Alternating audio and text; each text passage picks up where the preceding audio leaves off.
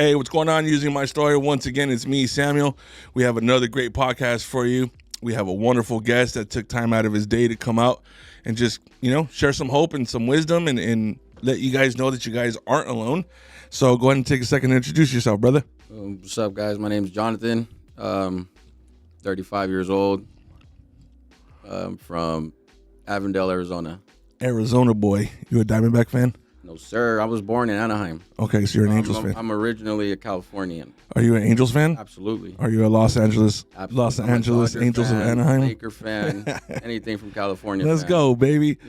Yeah, for sure. So as you know, bro, like we were talking a little bit before we started up, we use this platform to share our stories, right, to share hope, and to talk about what we've been through, right, and somebody out there is going to relate to your story. So if you can make it, why can't they? Right. Absolutely. Right? So we're going to talk about your childhood a little bit. We're going to talk about your family dynamic a little bit. And we're also going to talk about where you were and where you are. Okay. All right? So let's talk about you growing up. So you're a California native. How old were you when you moved to Arizona? I was 17 years old. Okay, so you were almost an adult. Yeah, I was almost 18, man, when I moved. My family moved to Avondale, brand new house. Yeah. Parents Hispanic, Yeah. full-blooded, paisas, Yeah. Working hard, man. And then they got us to Arizona, supposedly to stay away from The madness. the madness in California, Yeah. It ended up being probably the worst decision of my life, actually. Really? But before I moved out there, I could say life was okay. Life was great. Both parents, mother, father, both from Mexico, Yeah. 2 sisters. One's older, one's younger, only boy in the family. And you're the middle child. Yeah, so you know how that goes. I do.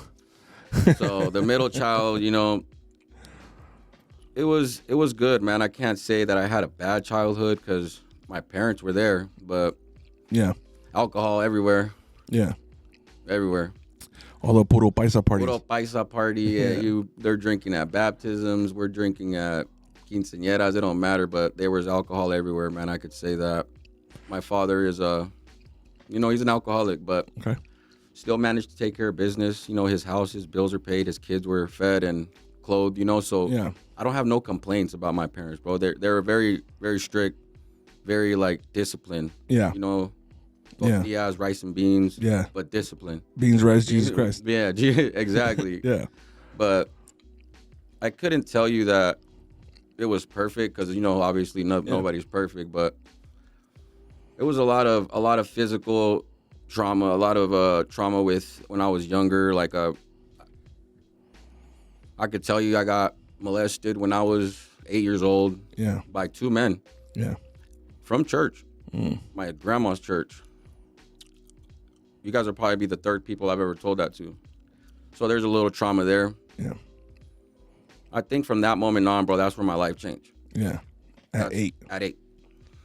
I was drinking since I was a baby, though. I can tell you that. I have pictures. My parents have pictures of me in diapers, bro, with a little can of Bud Light. Oh, wow. Pretty sure it wasn't empty. Yeah. Pretty sure I had a little bit at the bottom, Yeah. But I probably tasted alcohol when I was a baby. But it started when I was 8, probably when that happened, that my life turned around, bro. Yeah. I started using. My parent, nobody knows, bro. No, still to this day, my parents barely found out that I was a really hard drug addict this time around. Yeah. I'm addicted to some heavy drugs and alcohol as well. I'm an alcoholic and I'm a recovering drug addict as well. Okay.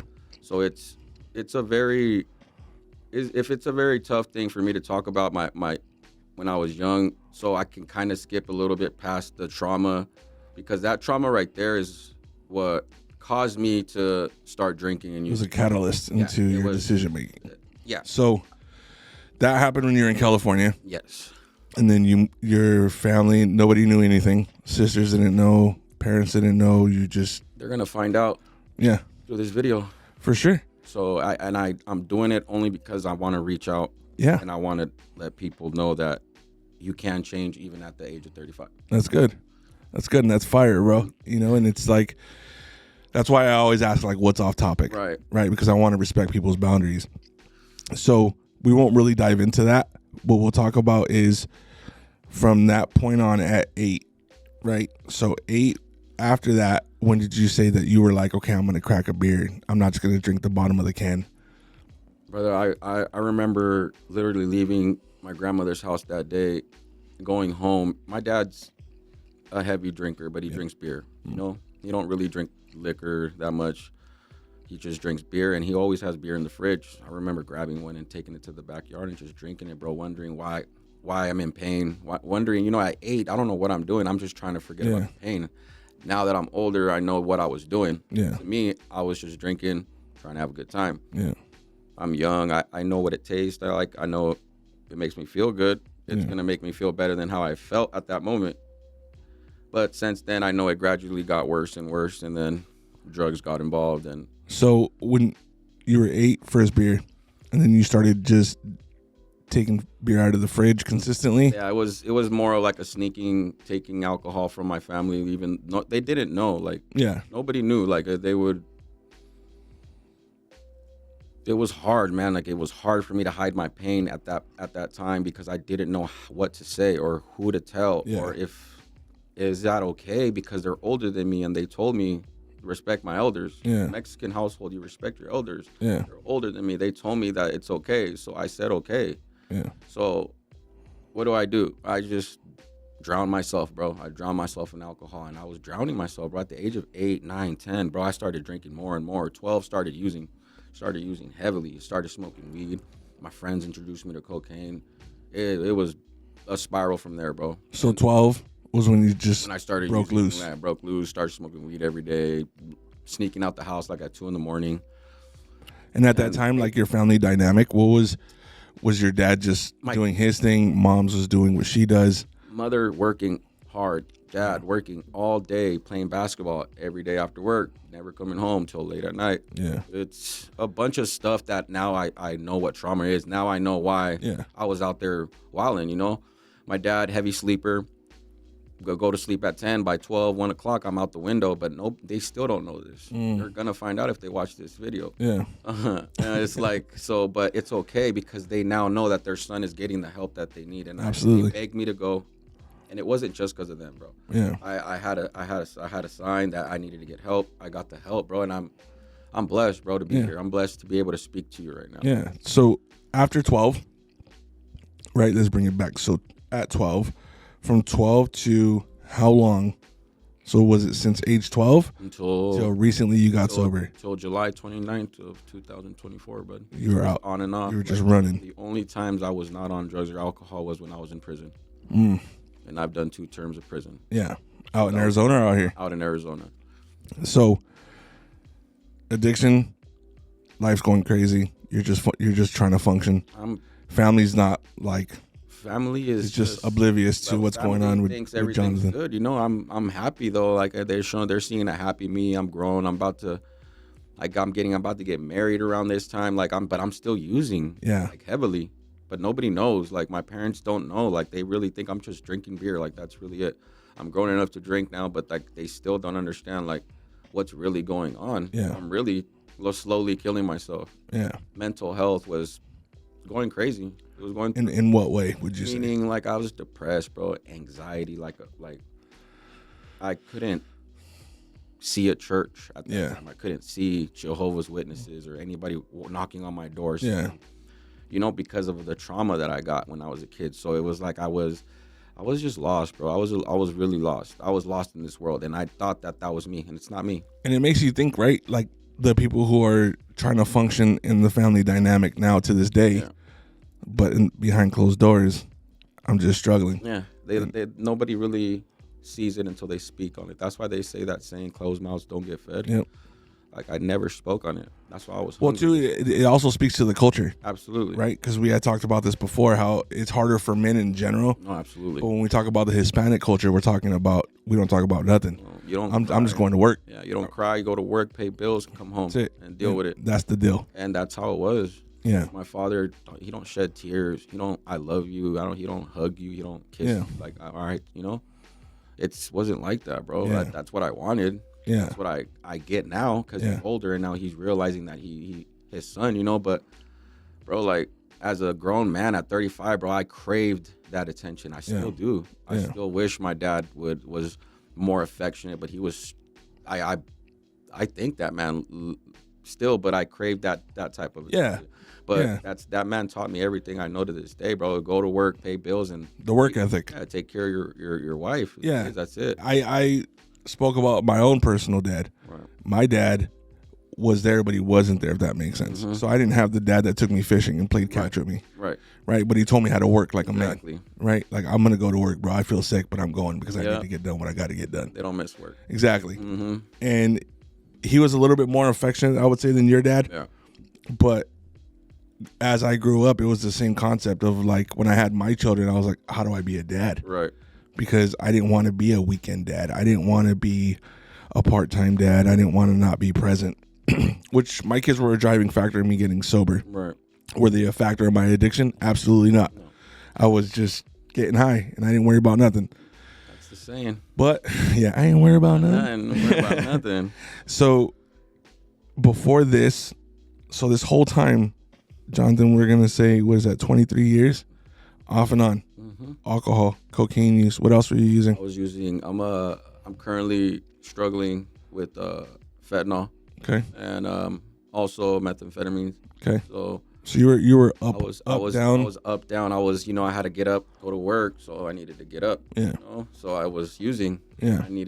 I was too up. I had to get down. I got to go home. I got to be next to my girl and her family.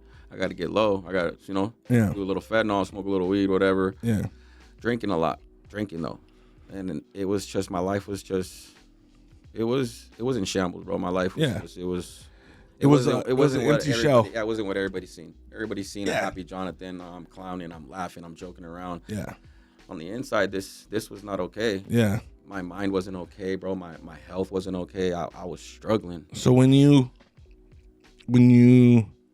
will say, like, how long? Okay, so let me think about the question, because I want to ask the right question.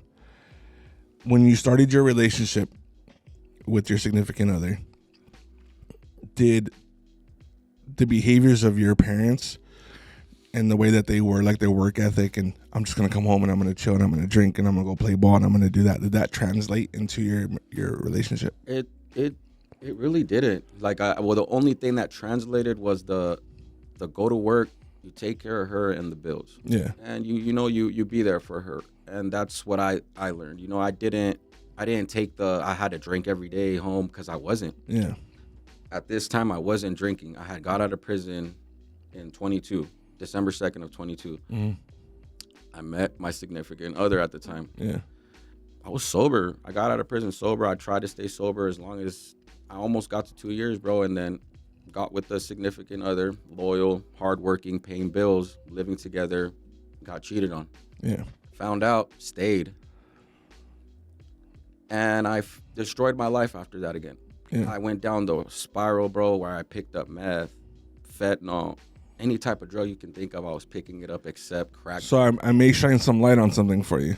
And there's one thing that I've learned, right? Because we talked about our stories being very, very similar. Right. When you got cheated on and all that was happening and you stayed. Yeah.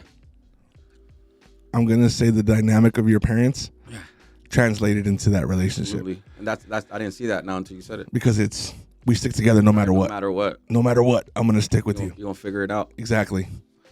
But then it has to think about the mental health part of that, right? Because now you're thinking about abandonment issues. You're thinking about codependency. Absolutely. So all those things were factors in that relationship and that decision making. So that's just going to shine a little bit of light for you. And I didn't even know that until you said it. But it makes sense. It makes a lot of sense. Makes a lot of sense. Because that's why I stayed in a relationship that I should have never really pursued in the first place, but stayed in even worse. Now I get exactly what you're saying, because I feel the same way. I shouldn't have stayed, and I stayed. And because, yeah, you're right. My parents are still together, bro. They argue, they fight, but no matter what. Together, no matter what, bro, through thick and thin. And that's how it should. But there's a difference, right? Because when we take vows, right, we say for better or for worse. Right, absolutely. Right? But we're not talking about abuse. We're not talking about infidelity. We're not talking about those things. What we're talking about is for better or for worse. It's like, if I'm sitting on top of the world and I have all this money, then I go broke. You're going to stick it out with me, and we're going to figure out our way back to the top. Exactly. But it wasn't like that. It wasn't like that. It got bad. It got to where it was physical and toxic. Yeah. And I still stayed, and I instead of coping with the pain like a man, I coped with the pain with what I knew. with my mind knew what I was addicted to already. Yeah. I didn't know I had a disease. I was sober for almost 2 years. I didn't know that this disease can take over at any moment. You can be sober 10, 20, 30 years, and this disease will come back at any second. Yeah. And it did for me. At that moment, my life turned around instantly. I was loyal, brother. I was hardworking, working at 2 a.m. in Arizona heat at 120-degree weather, bro, busting my ass coming home to I'm gonna have to pass. I'm gonna have to pass on that. Yeah, 120 degrees. But I was doing it, brother. I was doing it, because I was taught that. Like you said, you're right. I was taught to go to work. It doesn't matter. You go, you pay bills, and I did that. And to come home and find out you were being cheated on the day before you're gonna propose hurts a little bit. Yeah. It changed my life forever. Well, it's a life-changing situation. Absolutely. Because now you go from planning a life together to now this ain't gonna happen, and then you turned around and you jumped back into the addiction. Is that what happened? That's exactly what happened. I hurt myself instead of taking the pain away, and I was also contemplating suicide. It went really bad, bro, to where I let it go. I forgave you. I got a ring, a promise ring. I love you. Did it again. Stayed. Used more drugs. Kept using, bro. And all I seen was I'm going to end up back in prison or I'm going to die, period.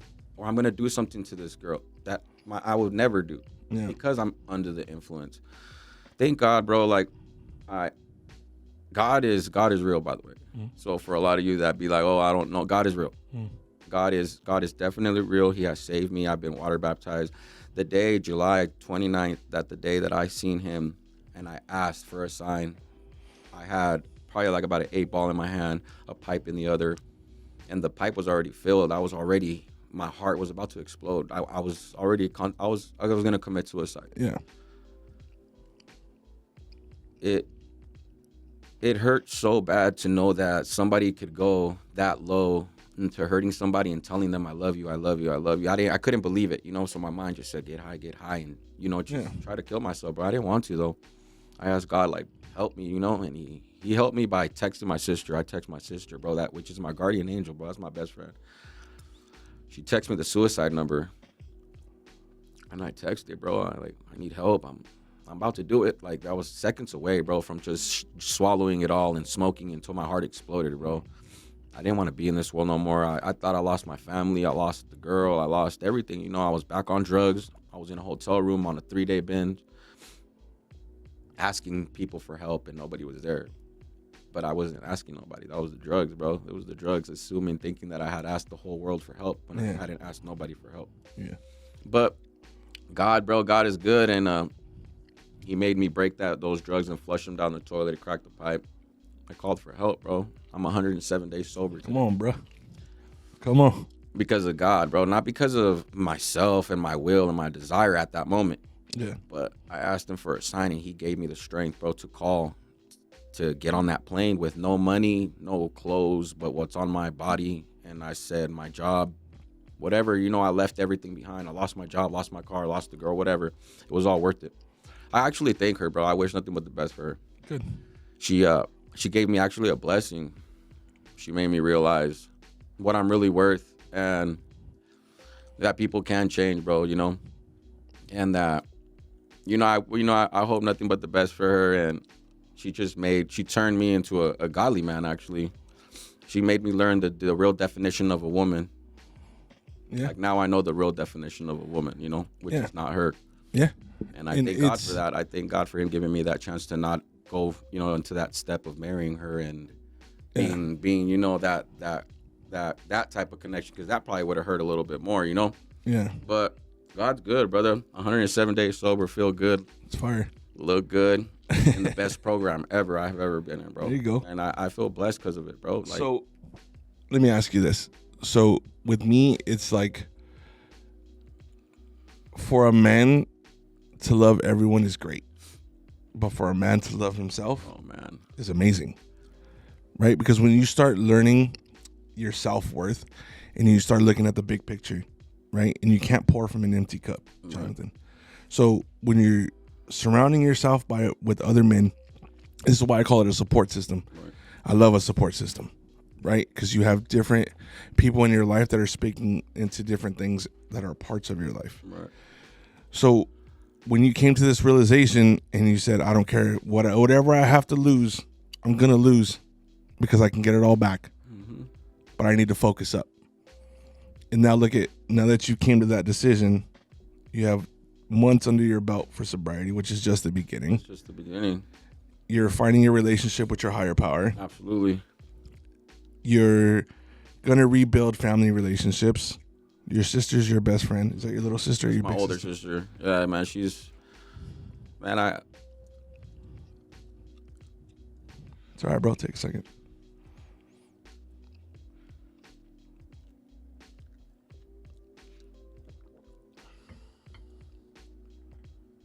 If it wasn't for her, man, she has never turned her back on me, bro. That's a solid one. Yeah. That's a real woman. Yeah. You know how they say you when you get married, you marry a woman like your mother, or like somebody in your woman in your family. I want to marry a woman like my sister, bro. Not like in that sense, bro. I know what you mean. Like in that she's gonna, the core of a person.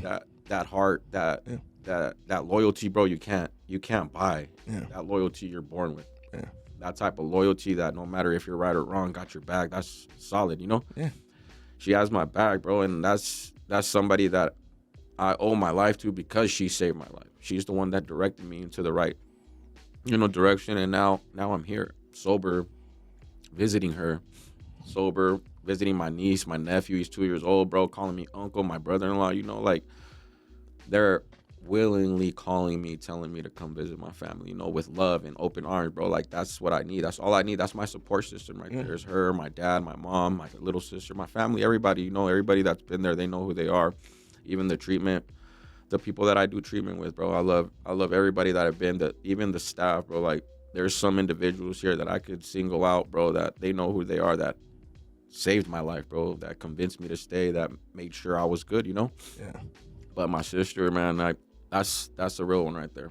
Yeah. And you know what, Jonathan? I'm gonna say something. It's been a pleasure to see you grow. Thank you, man. To see you from the time you came to just knowing you, bro, when you first started your journey, to see you now, it's night and day. Thank right? you. And the sun's just getting brighter. Oh man, that sun! I want to get sunburned. Y'all talking about? Yeah, that's how much I want to see it, brother. So you went through all that, Jonathan, to get to where you are, and now life's just beginning for you. It's never too late. Mm-hmm. And you came to the realization, I'm not alone. No. Right? Because there's 1,000 people with your story, but there's only one Jonathan. Right. That's definitely true, man. Like I know my story is hopefully it'll catch one person, man. That's all I want. Yeah. I want them to understand that if I can do it, anybody can, man. There's been so much things that I've been through that I don't really want to talk about on here, where it gets violent, bro. Like we can get on that on a whole nother day. Yeah. But it gets violent. I've been to prison multiple times, bro. I've been in the struggle, bro, and these drugs have overtaken my life and my family because I'm not hurting myself, bro. I'm hurting them. Yeah. I didn't realize that until now. Man, it took 107 days sober for me to realize that. No, the day I stepped into treatment was the day I found out that my family was the one that I was hurting and not myself. Yeah. I'm blessed, bro. Like I can't say that I'm here by my strength. I'm here by the strength of God, bro. God gave me the strength, and I'm willingly here now. Now I have the desire. Now I have the will to change, bro. And I want to change people with me. Like I want to bring 100 people with me, because I know those 100 people that I bring with me, I guarantee you they're gonna bring 100 more each. There you go. And it's gonna be a big recovery coming soon, because I'm not taking myself to recovery. I'm taking a whole team with me. There you go. I got a group of people that I'm taking with me, that I'm making in my circle, that we make sure we stay sober every day, bro. That's good. And there's nothing that's gonna stop me from my sobriety. Not anybody. Good. Nothing. That's really good. So we're at the point in the podcast, John, where you're gonna look into this camera right here. Camera. And what you're gonna do is just do what you do. You just encourage somebody, brother. Give them some faith, some hope, and help them understand that if Jonathan can make it, why can't they? Well, I'm gonna start like this. I know you're probably thinking right now that the story you heard is like, oh my God, I lived that life. or you're similar to it, or you do drugs, whatever your case might be, bro. I always thought I couldn't get help. I always thought I would never be able to change. I never thought I'd get my belief back in God, bro. But if I can do it, you can.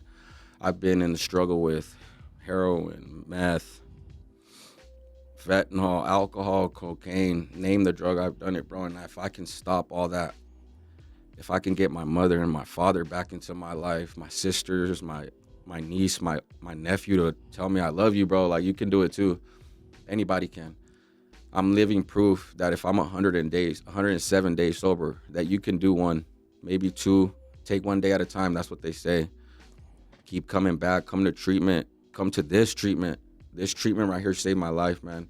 If I could recommend it to anybody, I would recommend it to you, specifically you that's watching this, because I know you're probably hurting. I know you're probably like, they're not gonna help me out. Why not just give up? Don't give up, bro. I got you. We got you. Come, I promise you, your life will change. Thank you. Yeah, of course, brother. That was deep. Thank you, brother. That was fire. I appreciate you guys. Of course, man. Likewise. I owe you guys my life, man. Like, there's nothing that I could say or give you guys, bro, that's gonna be. I think you hit the nail on the head, bro. Where you said, I'm not doing this by myself, and I'm not just doing this for me. I gotta help somebody else. I have to, bro. Like, that's the goal. It's gonna get accomplished, bro. Because if I can bring somebody, I'm bringing multiple people with me, and they're gonna help too. That's the best. Just like you guys did. And I appreciate you guys, man. I got nothing but pure love for you guys, genuine love, man. Like real solid love, not that fake love. You feel me? I got you. Thank you, brother. Of course. So using my story, once again, it's me, Samuel. If you guys are struggling with any mental health, substance abuse, hit the links in below. Slide into our DMs. Slide into everybody else's. Might as well slide into ours and get some help. We do offer transitional living. We have inpatient and outpatient services that are available to you guys. So make sure you guys reach out. And if we can't help you here, we'll get you where you can get help, because we want to make sure that you receive the help that you deserve. All right, until next time, using my story, we'll check you guys out.